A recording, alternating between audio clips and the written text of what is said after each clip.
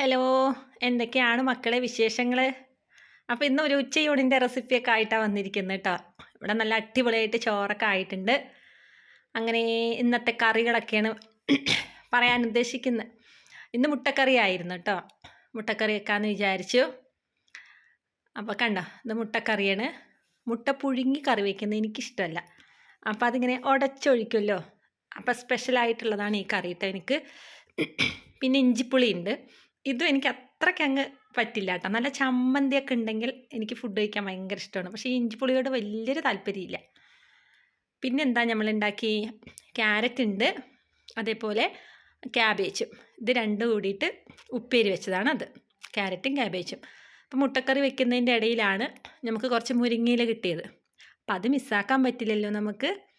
അപ്പോൾ വേഗം അതിനെ റെഡിയാക്കി പരിപ്പൊക്കെ ഇട്ട് കറി വെച്ചു. കണ്ടോ? അപ്പോൾ അതിൻ്റെ റെസിപ്പി ഞാൻ ഇടാം കേട്ടോ. പിന്നെന്താണ്? പിന്നെ പപ്പടം ഉണ്ട്, നല്ല ഉണക്കമുളക് പൊരിച്ചതുണ്ട്. ഓക്കെ, വറുത്തെടുത്ത്. അങ്ങനെ ഉച്ചയൂണൊക്കെ സെറ്റായി. നിങ്ങളൊക്കെ ഫുഡൊക്കെ കഴിച്ചോ?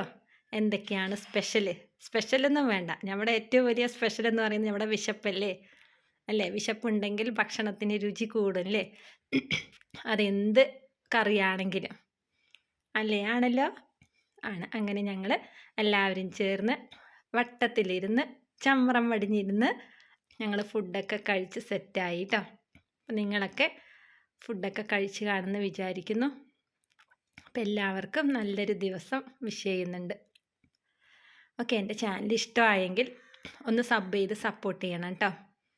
ഓക്കെ, ലൈക്കൊക്കെ അടിക്കണേ. അപ്പോൾ നല്ലൊരു നാളെ ആശംസിക്കുന്നു.